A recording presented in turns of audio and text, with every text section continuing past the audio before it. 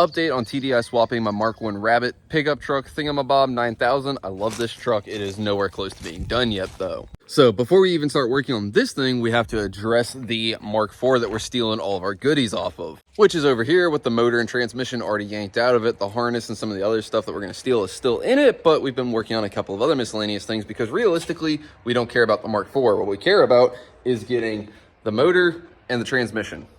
Now, to be fair, this motor worked just fine the way that it was sitting in the Mark 4, and I could have yanked it out and stuffed it into the Mark 1. However, there's some maintenance stuff that I really want to do to this thing, like change out the timing belt. We're going to go to an 11 mil injection pump, change out the injectors. We've got some issue with the wiring on the injectors, as well as put a new clutch into the transmission and then change out the 5th gear ratio in that thing. The factory 5th gear ratio in this thing is a 0.7 something overdrive, and for running it in that smaller Rabbit with the smaller tires and whatnot, I wanted a taller 5th gear. That way we'll be able to get more mile an hour while we're going down the freeway, and we'll hopefully get better fuel efficiency as well, make up for the size and the tires. So here's the old 5th gear that came out of it. This is a 0.7 something. And then the 5th gear that we put into it is a 0.62. So it's a pretty tall 5th gear, but it should make up for everything that we're doing. So with adding more power to the motor and reducing the tire size, that 5th gear should make up for it. And then of course we got some other maintenance stuff going on over here, like the clutch assembly. I'm changing out a lot of this stuff because when this is sitting in that Mark 1, it's not going to be really easy to go ahead and pull the transmission apart and change out that clutch, or to put the 11 mil injection pump in it, new timing belts, putting that 5th gear in. We probably could have done the 5th gear with it in the Rabbit. However, I feel like going ahead and doing it now while it's on the ground, way easier. But one of the biggest things that we were changing out is this clutch, and it had the dual mass flywheel in it still, which is crazy because you can see the plate that the clutch disc rides on is independent from the actual flywheel where the ring gear is. You can see the whole thing move independent from that ring gear. And that flywheel with the dual mass setup is known for going bad and causing all kinds of other miscellaneous issues. Sometimes when they go, they sound like a rod knock or the motor completely blew apart. That being said, I've already just been like, you know what? We need to change the clutch out because we're already here, and we're going to change out that flywheel, which I'm glad I changed out the flywheel. So we go to a single mass flywheel, and this flywheel is way lighter than what the original dual mass is. By reducing the amount of rotating mass that we've got sitting in there, it should make that motor way more responsive, as well as a little bit more fun to drive. Now, as for the clutch disc itself, the factory setup is your standard organic material clutch. This drives really good. You know, it doesn't have a whole lot of power potential, but it doesn't chatter a whole lot, and it has a smooth transition whenever it's engaged and disengaged. This, however, is not that. This is a copper ceramic 6-puck clutch setup. This thing should be able to handle all the power that we're going to throw at this little Mark 1.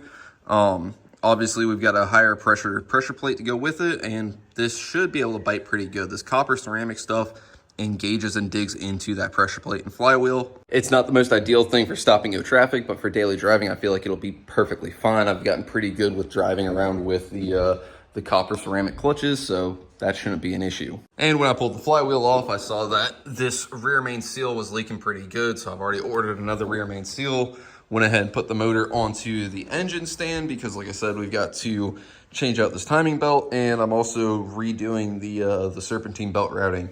The Mark 1 has got manual power steering, so the power steering pump is going to disappear. We're just going to run the alternator and the AC compressor. So obviously I had to go through and measure for another belt, and then I went ahead and pulled the motor mount off, and now I've got to figure out how to adapt this motor setup into that Mark 1. I think that I can use the motor mount that is already on the 1.6 with the ALH. I just have to recut where that mount mounts onto it. The brakes in this deal don't work, so my plan is to change out that complete booster and master. I'm gonna steal this booster and this master cylinder from the Mark 4. I don't know if we're gonna use this factory intercooler deal. Wow, that literally just fell right off. I've got a 6.7 Power Stroke water to air intercooler that I think I'm going to use with it because a water to air system will work better than what the air to air will work. I know that we can maintain the entire coolant temperatures, the inlet air temperatures through that cooler, and it'll work way better than what that little guy will work for. So I need to strip a couple more things out of this. Obviously I need to take the shifting linkage, all of this crap for the transmission because we're using a different trans. Same thing for the hydraulic clutch master in this deal. We're not using the cable that's in the Mark 1. We're going to use the hydraulic out of our Mark 4. And then once we steal the shifter, the clutch, and the brakes, I think that we can finally go ahead and get this thing, the Mark IV, out of here, and then we can roll the Mark I up here and go ahead and start pulling out the 1.6 and manual trans that is in that, and then start looking at how all of this stuff is going to fit in. We have the Mark IV cooling stack, so it's got our AC condenser, our radiator, and then both of our electric fans. I've got some 3-inch exhaust to be able to make a custom 3-inch exhaust for the Mark I. I'm gonna have to figure out a flex pipe and a way to be able to make this VNT 15 turbo work with that 3-inch. Right now, we're going to keep the VNT 15 turbo on this thing. It's one of the things that we're able to change out later once this is installed into the Mark I. We know that VNT 15 turbo works. I like the way that the turbo sounds, and we know that the turbo is already good, so there's no real reason to change it. We can change that out in the Rabbit later. You know, things like changing out the timing belt, that would be a pain in the butt to change out. And then, of course, same thing with changing out the clutch and that rear main seal. That would absolutely suck to have to change out in the Rabbit. I don't think that changing out that turbo is going to be that big of a deal. I am going to go through and pull all the manifold bolts out of it, put some anti-seize on them, and then put them all back in. That way I don't have to worry about breaking them off later. And then, of course, we already did the 5th gear ratio change. I went ahead and did that just because it's easier to go ahead and do it now than it would be to do it in the chassis. I think we can do it in the chassis. However, I didn't know if we were going to have enough space to be able to pull the cover off and pop the gears out, so went ahead and changed that right now while it's quick and easy to do. And of course, I've got the axles. I've got both the left and the right axles out of a Cabriolet or a Scirocco, something like that, to be able to make this swap work.